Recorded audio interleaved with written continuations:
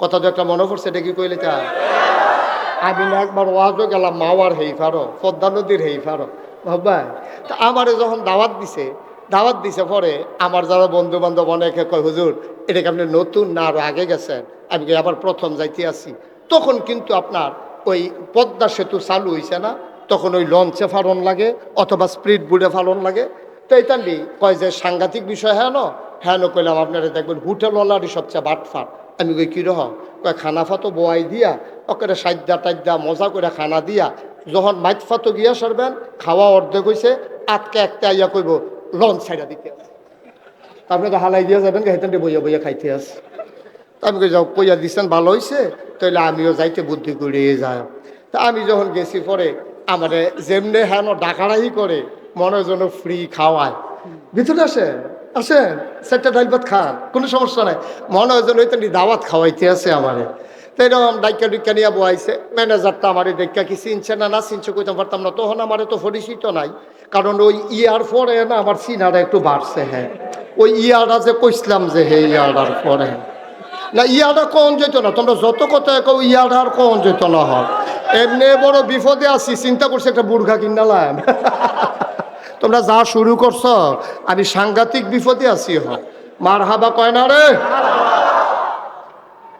মালিক এসে আমারে কয় হুজুর আমি নিজে রাতে মাছের মাথাটা ধুইছি, এটা আপনি খান, ইলিশ মাছের মাথা সবচেয়ে বড় মাথা, আপনি মজা করে খান। তা আমি তো জানি যে এটা কারবার কি করে, তা আমিও মাছ লই যাবি, দেন না অসুবিধা নাই, সুবিধা হইলে দেন। তো মাছ টাছ দিয়ে সারছে, মাছের মাথা এটা যত কাটা বেশি ইলিশ মাছের মাথা একটু খাইয়ে সারছি। পরে একটা দৌড় দিয়ে আইয়া সেটা কয় হুজুর লঞ্চ ছাইড়া দিতে আছে। আমি কই তৈলে খানা দিয়ে একটা প্যাকেটও করে দে, আমি এই লঞ্চ বইয়া বইয়া খায়াম।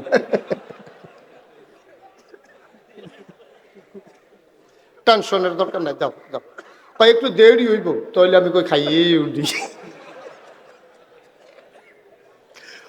মুসলমান মন দিয়ে শোনো, এক নম্বরে তৎকালীন জমানায় যারা সমাজের নেতা তারা আমার নবীকে বাধা দিল। 2 নম্বরে যারা টাকাওয়ালা তারা চিন্তা করলো যে এই টাকা যদি এইভাবে বৈধ অবৈধ কামাই, ইসলাম আসলে এই অবৈধ কামাই আর থাকবে না, মন যা চায় তা করা যাবে না। এই জন্য টাকাওয়ালা পুঁজিপতি যারা তারা চিৎকার করে ঘোষণা দিল টাকা দাও, মোহাম্মদের ইসলাম থামাও। ঠিক কিনা কর?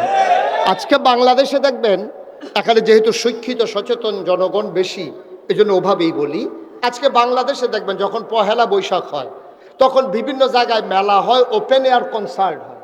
এই যে কনসার্টগুলা মেলাগুলো স্পন্সর করে কারা?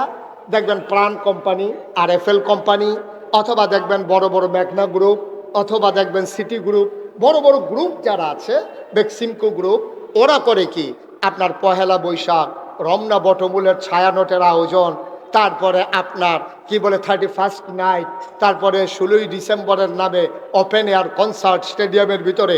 এই টাকাগুলা দেয় কারা?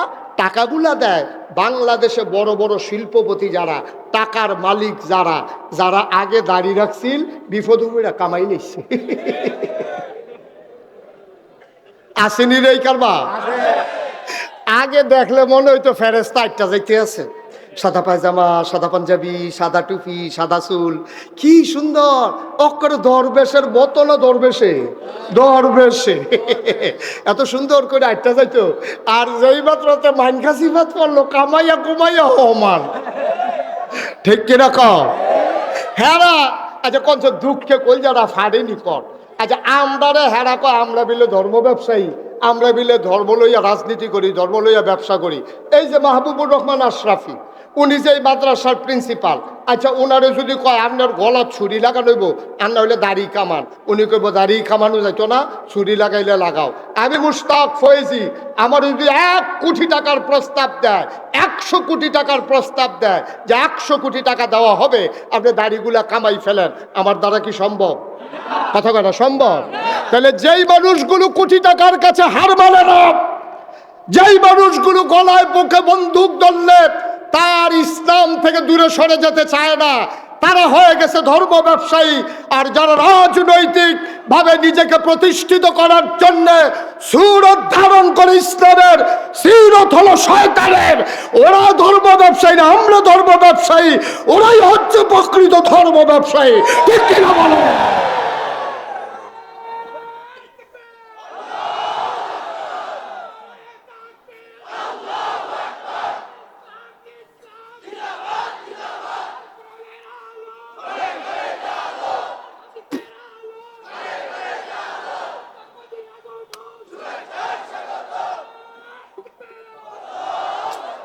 সবাই পড়ে না আমিন, জুড়ে পড়ে না আমিন।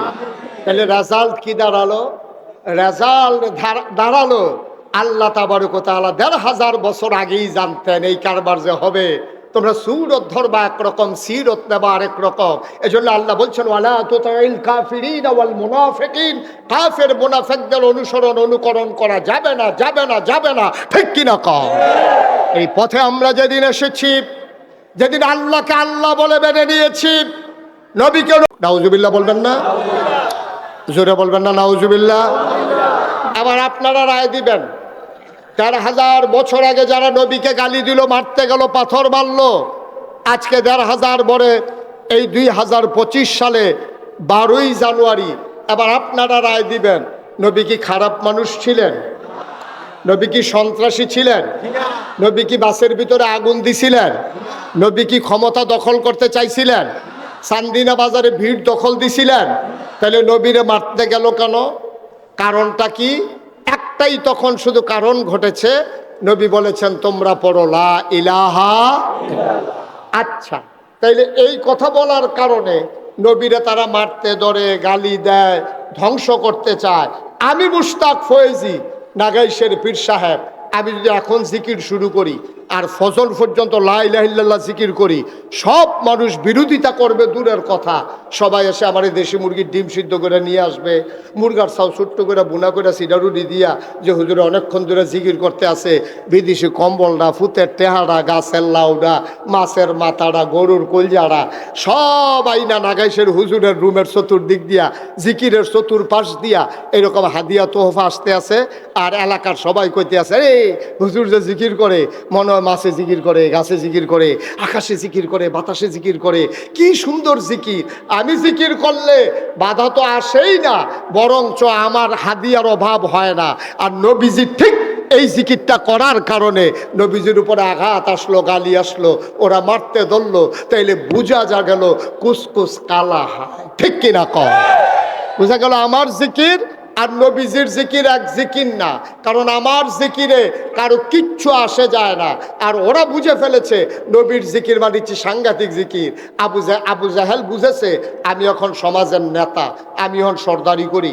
মোহাম্মদের সুন্দর চরিত্র, একটা মিশা কথা কয় না।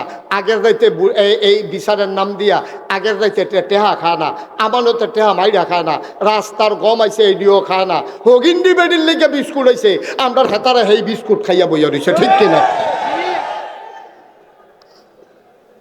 তারা দেখছে মোহাম্মদের যে চরিত্র, সুবহানাল্লাহ বলবেন না?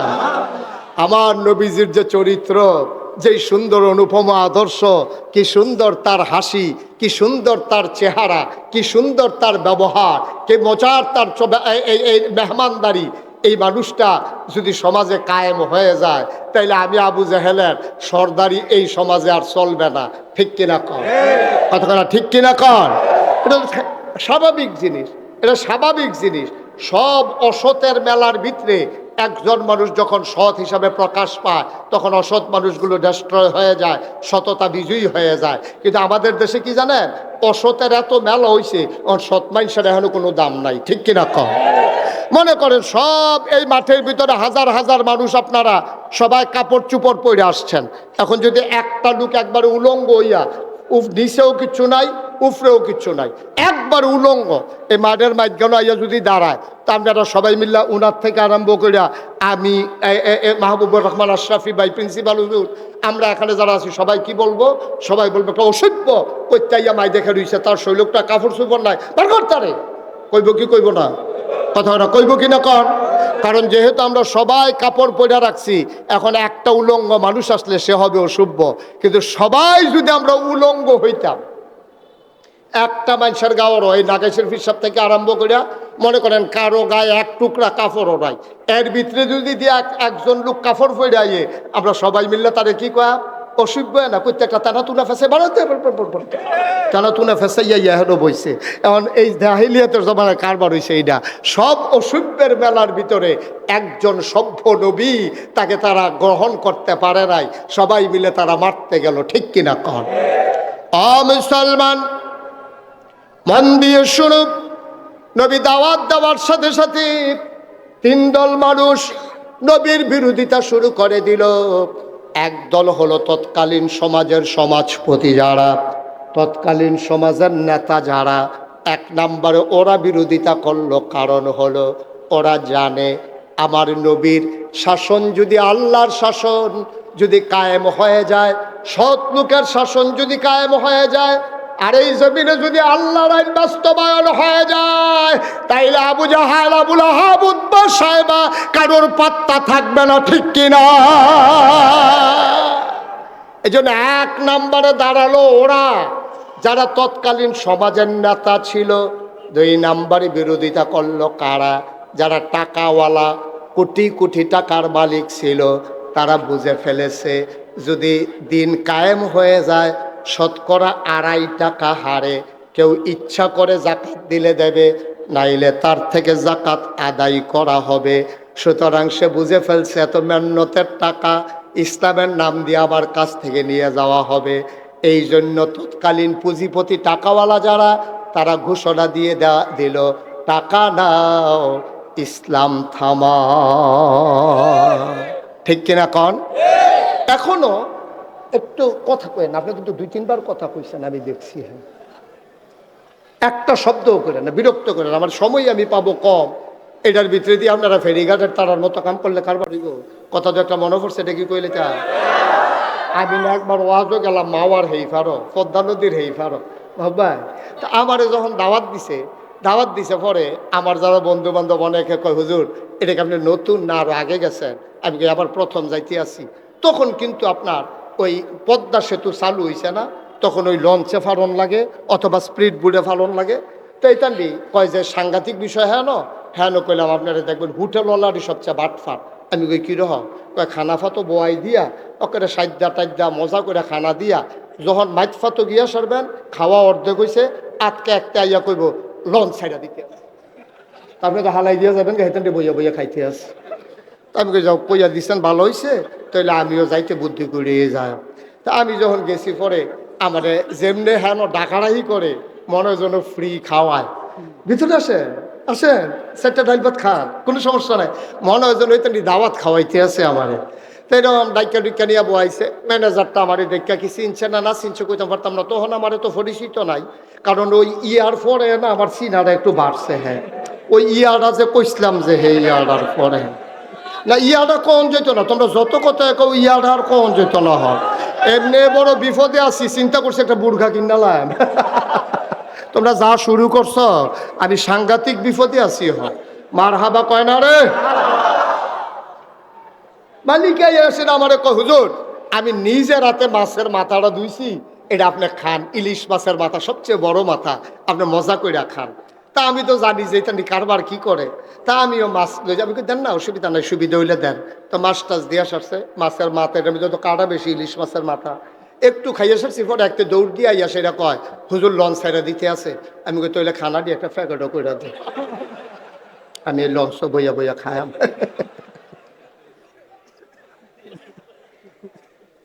টেনশনের দরকার নাই, দাও দাও ভাই একটু দেরি হইব, তাহলে আমি কই খাইয়েই উঠি। মুসলমান মন দিয়ে শোনো, এক নম্বরে তৎকালীন জমানায় যারা সমাজের নেতা তারা আমার নবীকে বাধা দিল।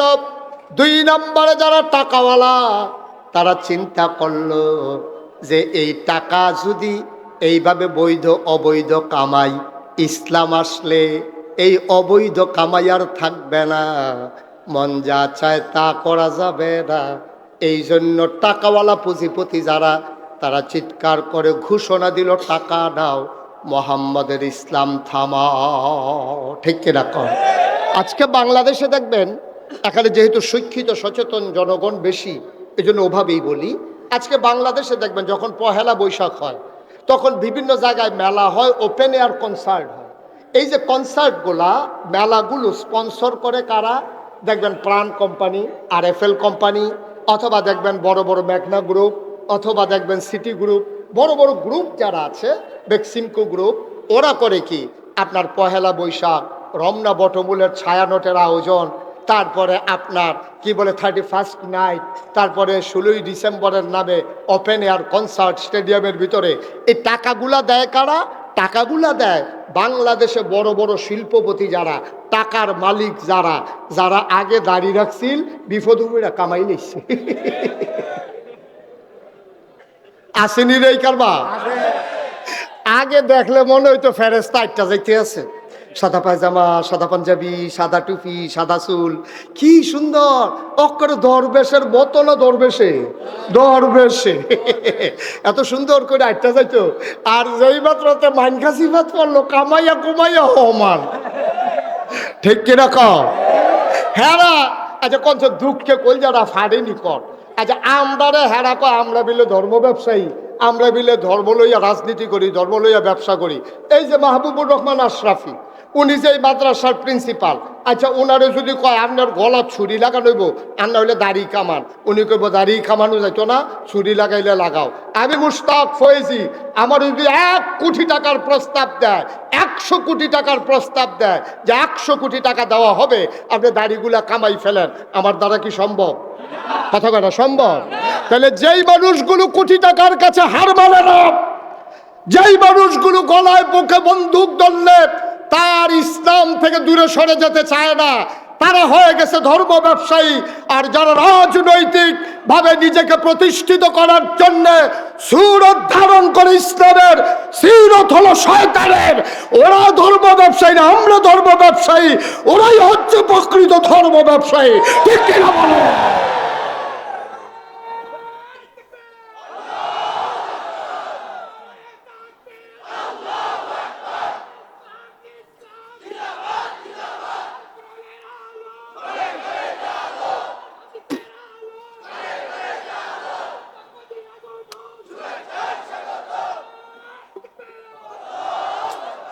সবাই পড়ে না আমিন, জুড়ে পড়ে না আমিন।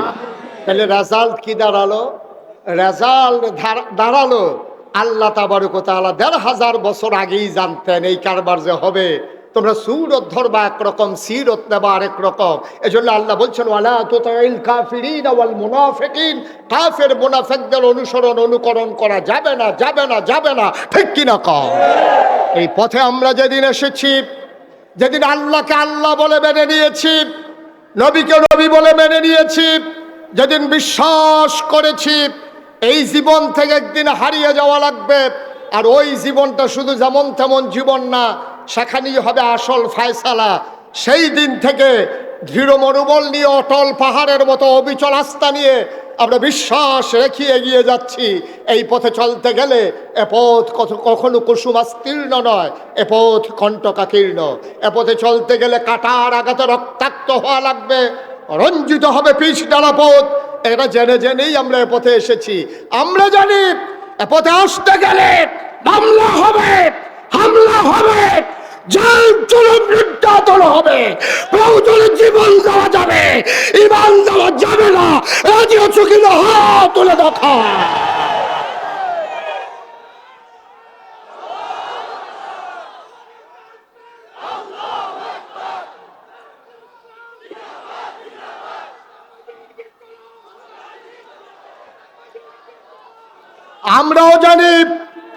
আমরাও জানি কেমন করে তাল মিলিয়ে চলতে হয়, আমরাও তাল মিলিয়ে চলতে জানি।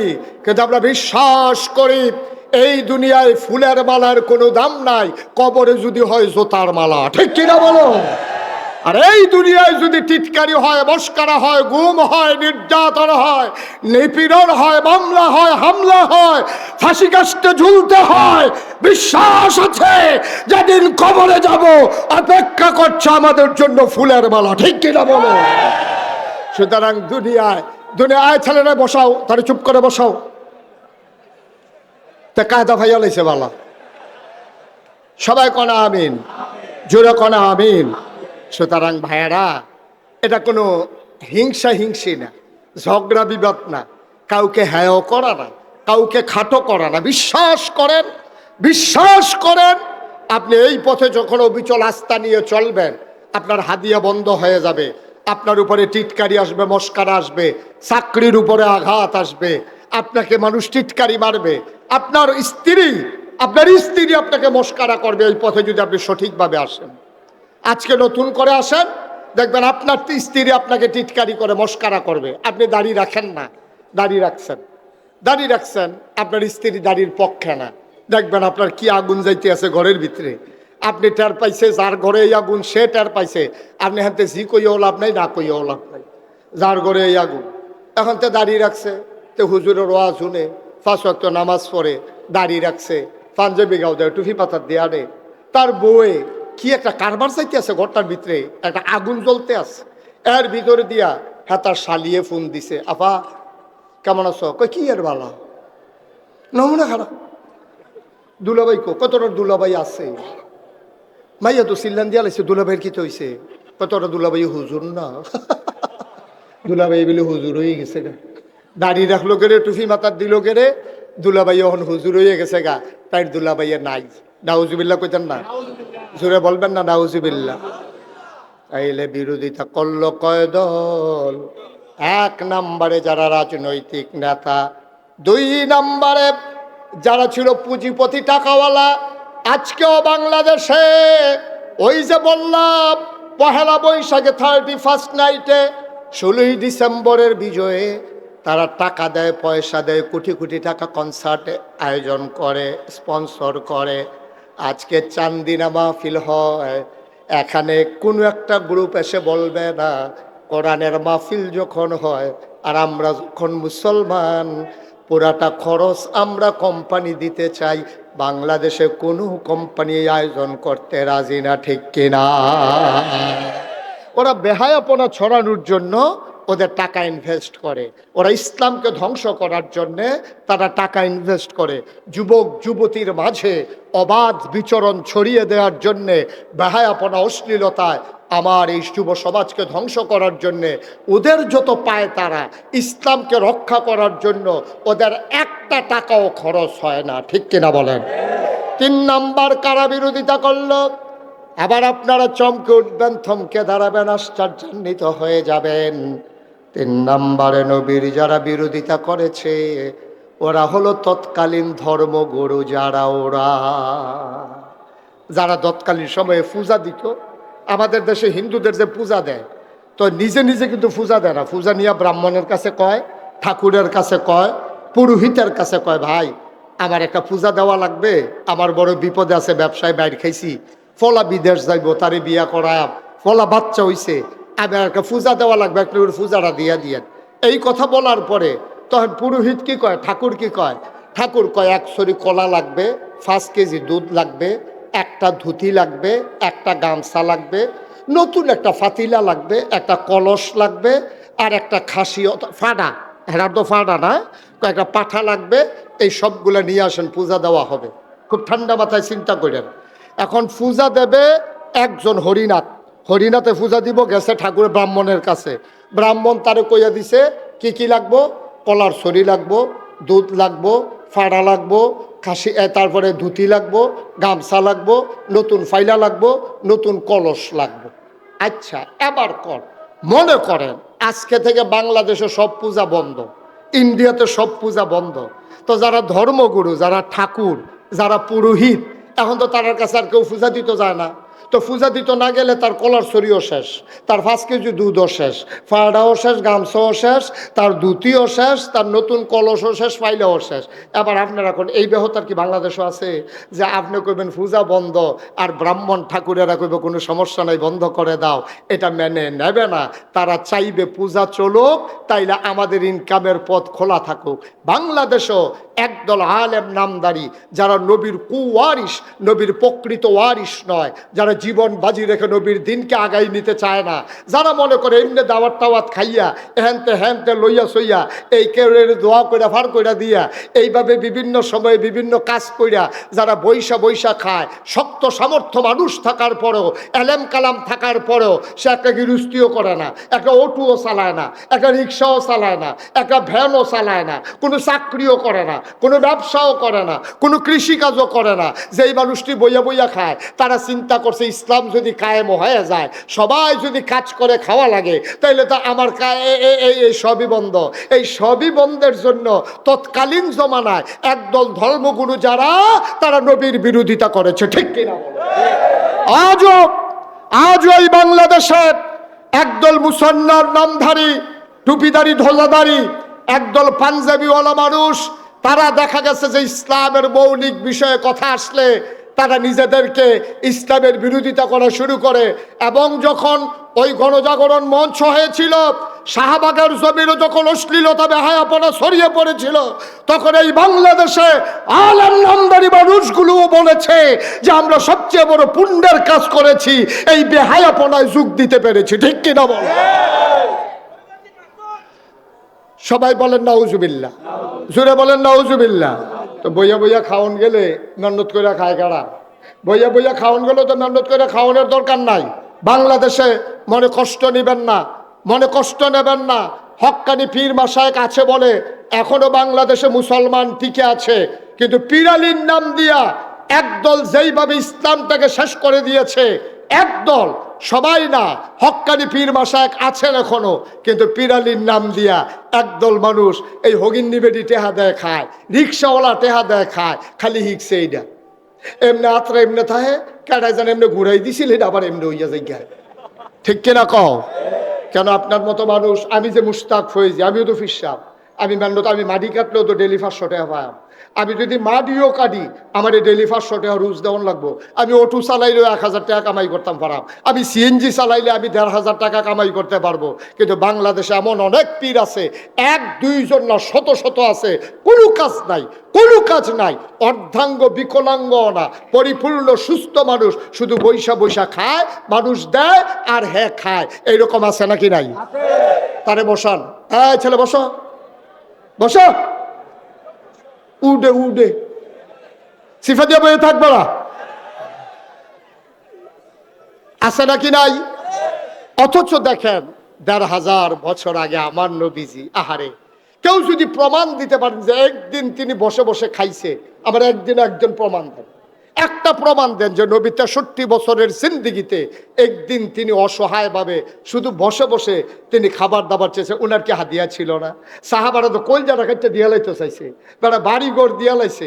একদিন আম্মাজান আয়েশার ঘরের ভিতরে একজন আনসার মহিলা আইসা দেখে যে নবীজির জিজ্ঞেস করছে, আম্মা নবীজি যে ঘুমায়, বিছানাটা আমাকে একটু দেখাবেন, কেমন বিছানায় তিনি ঘুমায়? গিয়া দেখে একটা চট, এক ভাঁজ করা একটা চট, এটা বিছাই রাখছে। এই চটটার উপরে হাত রাইখা মহিলারা কাঁদতেছে, আরে আমরা কত নরম বিছানায় ঘুমাই, আর নবীজির মতো মানুষ এই একটা চটের উপরে ঘুমায়। এই কথাগুলো কাঁদতেছে, বলতেছে, আম্মা আমার ঘরে একটা তুষক আছে, উপর দিয়া চামড়া, ভেতরে এই খেজুর গাছের শোভা দেওয়া, আমরা কি এটা নিয়ে আসবো?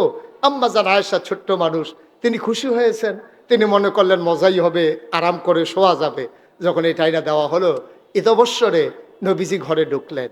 উনি যখন খাটের উপরে বসলেন, দেখলে একটু নরম লাগতেছে। নবীজি বললেন, এইটা পাইলা কই? কয়েকজন মহিলা হাদিয়া দিয়েছে। আয়েশা, আমার নবীজি আমার উহুদের পাহাড়, আমার আল্লাহ আমাকে উহুদের পাহাড়টা স্বর্ণ বানাই দিতে চাইছিল, আমি এটা রাজি হই নাই, আমি দুনিয়া থেকে ছেড়ে দিয়েছি। সামান্য একটা তুষকের কাছে হার মেনে যাব?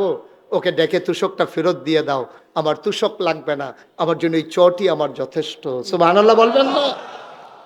আল্লাহর নবী শেষ বয়সে একটু বাঁকা হয়ে হাঁটতেন, তিনি একটু কজু হয়ে গিয়েছিলেন, বাঁকা হয়ে গিয়েছিলেন। আম্মা জান আয়েশা কেঁদে বলতেন, নবী গো, আপনার বয়স তো এত বেশি হয় নাই, আপনার বয়স আর কত হইছে, এই বয়স আপনি কেন বাঁকা হয়ে গেছেন? আল্লাহর নবী চোখের পানি ছেড়ে দিলেন, ডাক দেয়া, আয়েশা, তোমাকে বলা হয় নাই খন্দকের যুদ্ধের সময় আমাকে যখন সালমান ফার্সি পরামর্শ দিল যে মদিনার চতুর্পাশ দিয়ে একটা খাল খনন করেন যেন কাফেররা আমাদেরকে আক্রমণ করতে না পারে। আয়েশা গো, ও আয়েশা, খাল খনন করতে গিয়ে আমার সাহাবারা সবাই মাটি কাটতেছিল, পাথর উঠাইতেছিল, বড় একটা পাথর পড়ে গেল, এটা কোনোভাবেই উঠানো যাচ্ছিল না। জোহরের আজান পড়ে গেছে, মানুষগুলো অস্থির হয়ে গেছে, পাথর আর আলগি দেওয়া গেল না, বিরাট পাথর।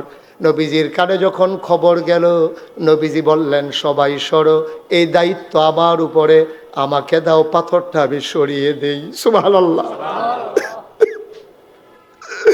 আল্লাহর নবী পাথরে ধরলেন, তিনি সবাইকে সরিয়ে দিলেন।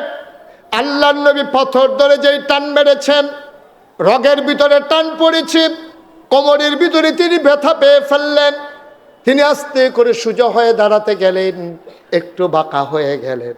নবীজি কান্দে আর কয়, আয়েশা, সেই দিন যে পাথর টান দিয়ে একটু ব্যথা পাইছিলাম, এই ব্যথাটা আজ পর্যন্ত আর আমার কাছ থেকে গেল না। দুজাহানের বাদশা নবী, দুজাহানের বাদশা নবী।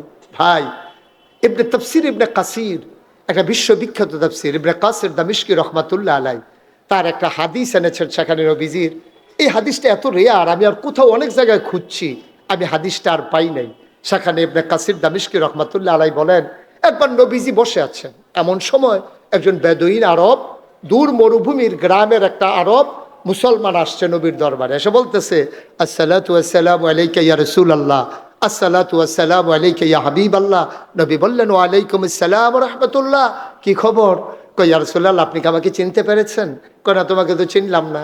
কই, আমি দূর মরু প্রান্তরে একেবারে অজপাড়া গায়ে নিবৃত পল্লীতে বর্ডার বেল্টে আমার ঠিকানা, আমি একবারে সাইডে আমার বাড়ি, সবসময় তো আসতে পারি না, এজন্য আপনি আমাকে দেখেন কম, আপনারেও আমি দেখি কম। নবী গো, একটা খুশির খবর নিয়ে এসেছি। আল্লাহর নবী বললেন, কিসের খুশির খবর? ইয়া রাসূলুল্লাহ, ইয়া হাবিবাল্লাহ, আপনি তো আমার রুহানি পিতা, আমার মেয়েটা তো আপনার নাতনি, আপনার মেয়ে, আপনার নাতনি বিয়ের উপযুক্ত হয়ে গেছে। আমি একটা ভালো ছেলে পাইয়া, নামাজি, পরহেজগার, অনেক সুন্দর উত্তম চরিত্রের অধিকারী একটা মানুষ পাইয়া তার জন্য বিয়ে ঠিক করে ফেলেছি, বিয়েও হয়ে গেছে। নবী গো, গুস্তাকি মাফ কর দিজিয়ে, বেয়াদবি মাফ করবেন, আমি আপনারে জানাইতে পারি নাই, আমি এসেছি এই জন্যে, আপনার নাতিনের বিয়েতে আপনি কি কোনো উপহার দিবেন না? সুবহানাল্লাহ বলবেন না? আপনি সম্পর্কটা দেখছেন, আপনি কি সম্পর্কটা বুঝতে পারতেছেন? কেমন সম্পর্ক থাকলে উম্মতে গিয়া নবীজিরে কয়, ইয়া রাসূলুল্লাহ, আমার ভাইয়ার বিয়া, আপনি কিছু দিতেন না? আপনি পারবেন আপনার নেতারে কইতেন?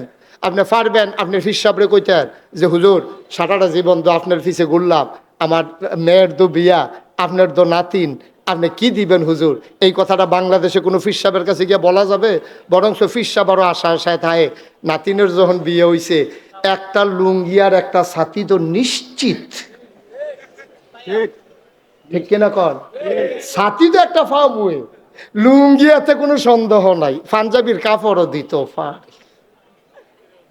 যেহেতু আমার নাতিনের বিয়ে হয়েছে, আমি তো এটা ফা না, তাই না, যে জীবনে বাইদে বাইদে দেওয়ান দরকার, তাই না, এটার আর খবর নাই, তাই খালি হাদিয়া লইতে ইচ্ছে। আবার মাসালা কয় হাদিয়া লন সুন্নত, হাদিয়া লন যে সুন্নত, এটার লগে লগে যে আছে হাদিয়া দেওয়ানও সুন্নত, এটা তাই বুঝলেই লিস, ঠিক কিনা কন? নাতিনের বিয়ে হয়েছে, ফিসা বুঝুন, আপনি কি দিবেন? বাংলাদেশে ওই কথাটা কইন না মুরিদ, আর এইরকম কথা কনের জায়গা ফিসা বড় অভাব আছে, ঠিক কিনা কন? খাইতে খাইতে খাইতে খাইতে মুরিদ খালি দুনিয়া ছাড়ায়, তা বাবা দুনিয়া ছাড়ো, বাবা দুনিয়া ছাড়ো, দুনিয়া ছাড়তে ছাড়তে হেতে সব ছাড়া দিছে, আর এবার খেত রাখতে রাখতে এই গ্রাম বাদ দিয়ে এই গ্রামও গেছে।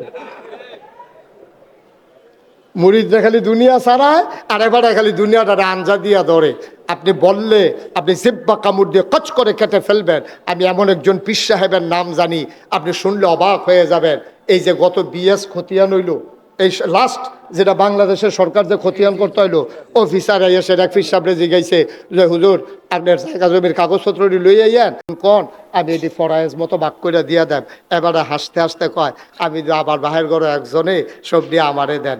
এবারে কাগজপত্র সব লেখা দিয়া সেরা থানা তো যাইতে পারছে না, ওই ফিস সাহেবের বই নাইতে খবর পাইয়া অফিসার লেগিয়া মাইক ফটো দইরা বইছে আপনি যে সব বাইয়েতে লেখা দিছেন, কয় আমার দোষ কি, আপনার বাইয়েই তো কইছে আপনারা কেউ নাই। হেবারা আছে একজন, তো হেবারে দিতাম না দ্যাম কারে, এইরকম ফিসাবো বাংলাদেশও। নাউজুবিল্লাহ কইতেন না, জোরে কইতেন না নাউজুবিল্লাহ। কষ্ট হইতেছে আপনাদের না? এই কয়েক মিনিটের ভিতরে ছেড়ে দিচ্ছি। আল্লাহর নবী বসে আছেন নিথরে নিস্তব্ধ হয়ে। সাহাবা গিয়া কয় ইয়া রাসূলুল্লাহ, ইয়া হাবিবাল্লাহ, আপনার নাতিনের বিয়ে, আপনি কি কোনো উপহার দিবেন না? নবী বিব্রত হয়ে গেলেন, পকেট হাতড়ালেন, একটা পয়সাও পকেটে নাই, ঘরে দেওয়ার মতো কিচ্ছু নাই। নবী এত লজ্জা পাইলেন, চেহারাটা লাল হয়ে গেল, চোখের কোণায় পানি জমে গেল। নবী থেমে যাওয়ার মানুষ না। নবী বললেন সাহাবা আমার, আগামীকালকে সকাল 11টার দিকে তুমি আইসো।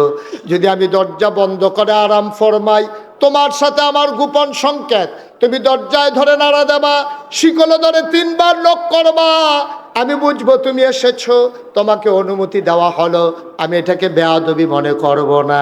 এই কথা বলে চলে গেলেন সাহাবা। যাওয়ার পথে নবী বললেন ছোট্ট একটা শিশি আনবা, একটা কাঠি আনবা। শিশি আর কাঠি নিয়ে সাহাবা আসলেন। পরের দিন নবী দরজা বন্ধ করে ঘুমিয়ে আছেন। আস্তে করে 3 বার নাড়া দিলেন, সালাম দিলেন, আসসালাতু আসসালামু আলাইকা ইয়া রাসূলুল্লাহ, আসসালাতু আসসালামু আলাইকা ইয়া হাবিবাল্লাহ। দরজা খুলে দিলেন নবীজি, আহলান সাহলান মারহাবা, মোস্ট ওয়েলকাম, আমার ঘরে তোমারে স্বাগতম। সাহাবা ভেতরে ঢুকলেন। নবীজি বললেন শিশি আনছো নাকি? কয় জি ইয়া রাসূলুল্লাহ, শিশি এনেছি। এবার সাহাবা কয় নবী পাঞ্জাবির হাতাটা কোনই পর্যন্ত উঠালেন, 2 পাঞ্জাবির হাতা কোনই পর্যন্ত গুছাইয়া তিনি শক্ত করে এমনভাবে কচলাইতে শুরু করলেন। কচলাইতে কচলাইতে হাত 2টা গরম হয়ে গেল, পশমের গোড়ায় গোড়ায় ঘাম জমে গেল। আল্লাহর নবী বললেন শিশি এনেছো নাকি? কয় হ্যাঁ ইয়া রাসূলুল্লাহ এনেছি। আবার নবী হাতটা বাঁকা করলেন, বললেন কনুর কাছে শিশিটা ধরো। শিশিটা ধরা হলো, জমা ঘামগুলো ফোঁটা ফোঁটা করে শিশির ভিতরে পড়তেছে, 2 হাতের ঘাম। আবার 2 হাত অর্ধেক করে শিশিটা ভরে গেল। আল্লাহর নবী মুখটা বন্ধ করে কাঠিটা হাতে দিয়া ডাক দেয়া কয় সাহাবারে, ও সাহাবা, গরিব নবী তোমার, ইচ্ছে করলেই একটা দাবি উপহার দিতে পারলাম না। একবেলা খাইলে আরেক বেলায় চুলায় আগুন জ্বলে না, না পারলাম দিতে কানের দুল, না পারলে দিতাম একটা নাকের ফুল।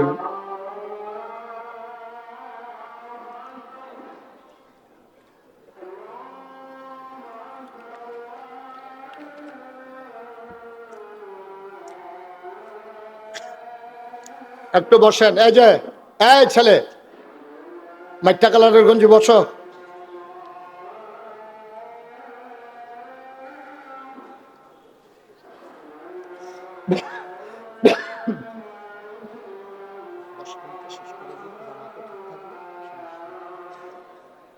পঁচিশে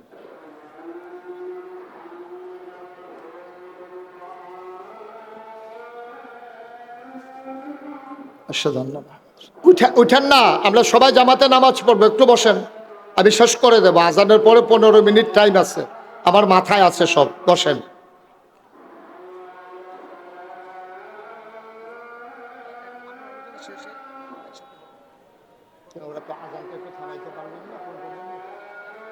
ওকে ফাইন, আমি আরেকটু কথা শেষ করি, অসুবিধা নেই। এই যে ভাই, কি করতেছেন আপনি?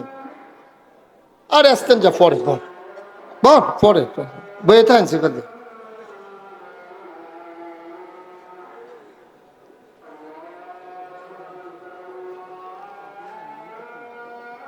এতবার দিচ্ছেন তো ওলি করে, বারবার দিতে গেছি।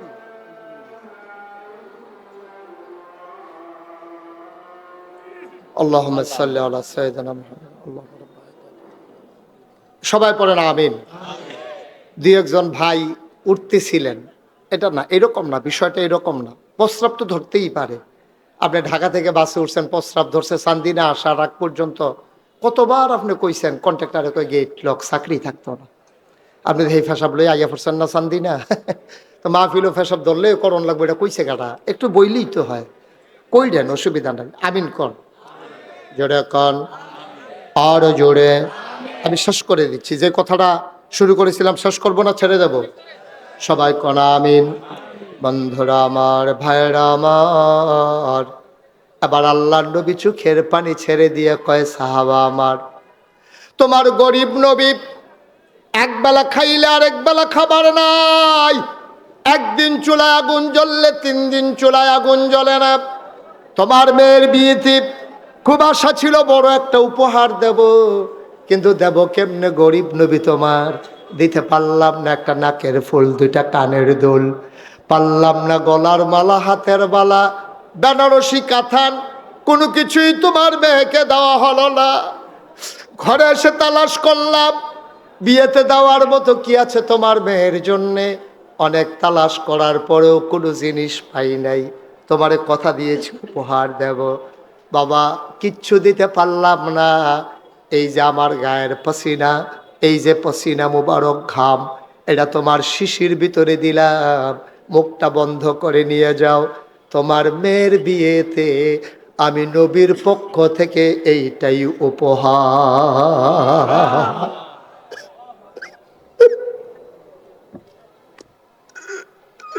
কি নবী আমার, এই নবী তোমার আমার নবী, কলিজার ভিতরে মায়ায় ভরা।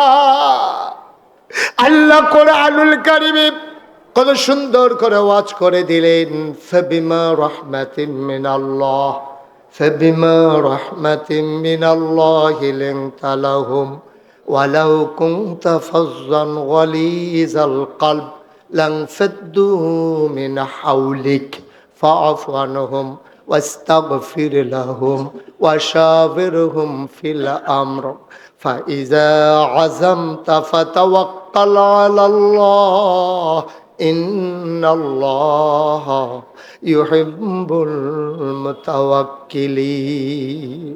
কলজাটা ভরা নবীর মায়া, দুনিয়ার মানুষের জন্য, সমস্ত প্রাণীর জন্য মায়ার মায়া। এই নবী বিয়েতে কিচ্ছু দিতে পারলেন না, নিজের গা থেকে ঘাম মুবারক বের করে 1 শিশি ঘাম ওই ওবাদুইন আরবের হাতের ভিতরে দিয়ে কয়, এইটাই তোমার মেয়ের বিয়েতে উপহার। সাহাবা মাথা নিচু করে বাড়ির দিকে রওনা করলেন। মেয়েটা বাড়ির আঙ্গিনায় দাঁড়িয়ে আছে, নবী উপহার দেবে, বাবা নিয়ে আসবে। ছোট্ট মেয়ে, একেবারে কিশোরী মেয়ে, মেয়েটার মনে বড় আনন্দ, নিশ্চয়ই নবী ভালো একটা উপহার দেবে। উপহার পেতে কান্না ভালো লাগে। মেয়েটা অপেক্ষমান, বাবা কেন আসে না? বেলা পড়ে যায়, বাবা কেন আসে না? দূরে মরুভূমির মাঝে তাকিয়ে দেখে একটা মানুষ ক্লান্ত পরিশ্রান্ত হয়ে আগায় আসতেছে। বাড়িটা ছিল বিচ্ছিন্ন একটা জায়গায়। মেয়েটা যখন দেখলো, দূর থেকে বুঝলো আব্বা আসতেছে, মেয়েটা দিল দূর, মাঠের মাঝামাঝি চলে গেল, বাবাকে জড়িয়ে ধরলো, দেখে হাত খালি। বলে, বাবা আমার বিয়ে থেকে আমার নবী যে কোনো উপহার দেয় নাই, কিচ্ছু কি দেয় নাই আমার নবী? লোকটা কান্দার কয়, হবে তোর ভাগ্য বড় ভালো, তোর মতো মেয়ে আসমানের নিচে জমিনে আর আছে কিনা আমি জানি না, সবচেয়ে দামি উপহারটা তুই পেয়ে গেছস। আব্বা কই উপহার? লুঙ্গির খুঁট থেকে বের করলেন ছোট্ট একটা শিশি। যখন বের করার সাথে সাথে পুরা এলাকাটা সুগন্ধে ভরে গেল। মেয়েটা কয়, বাবা এটা কি? কয়টাই তোর বিয়েতে নবীর দেওয়া উপহার। নবী নিজের হাতে ঘাম বের করে তোর জন্য শিশিতে ভরে দিয়ে দিয়েছেন। মেয়েটা খপ করে হাতে নিল, চোখে মুখে লাগালো, বুকে লাগালো, চিৎকার করে কয়, বাবা গোটা পৃথিবীটা যদি নবীজি আমারে দিত, আমি এত খুশি হইতাম না। নবীর গায়ের আতর পেয়ে আমি যত খুশি হয়েছি।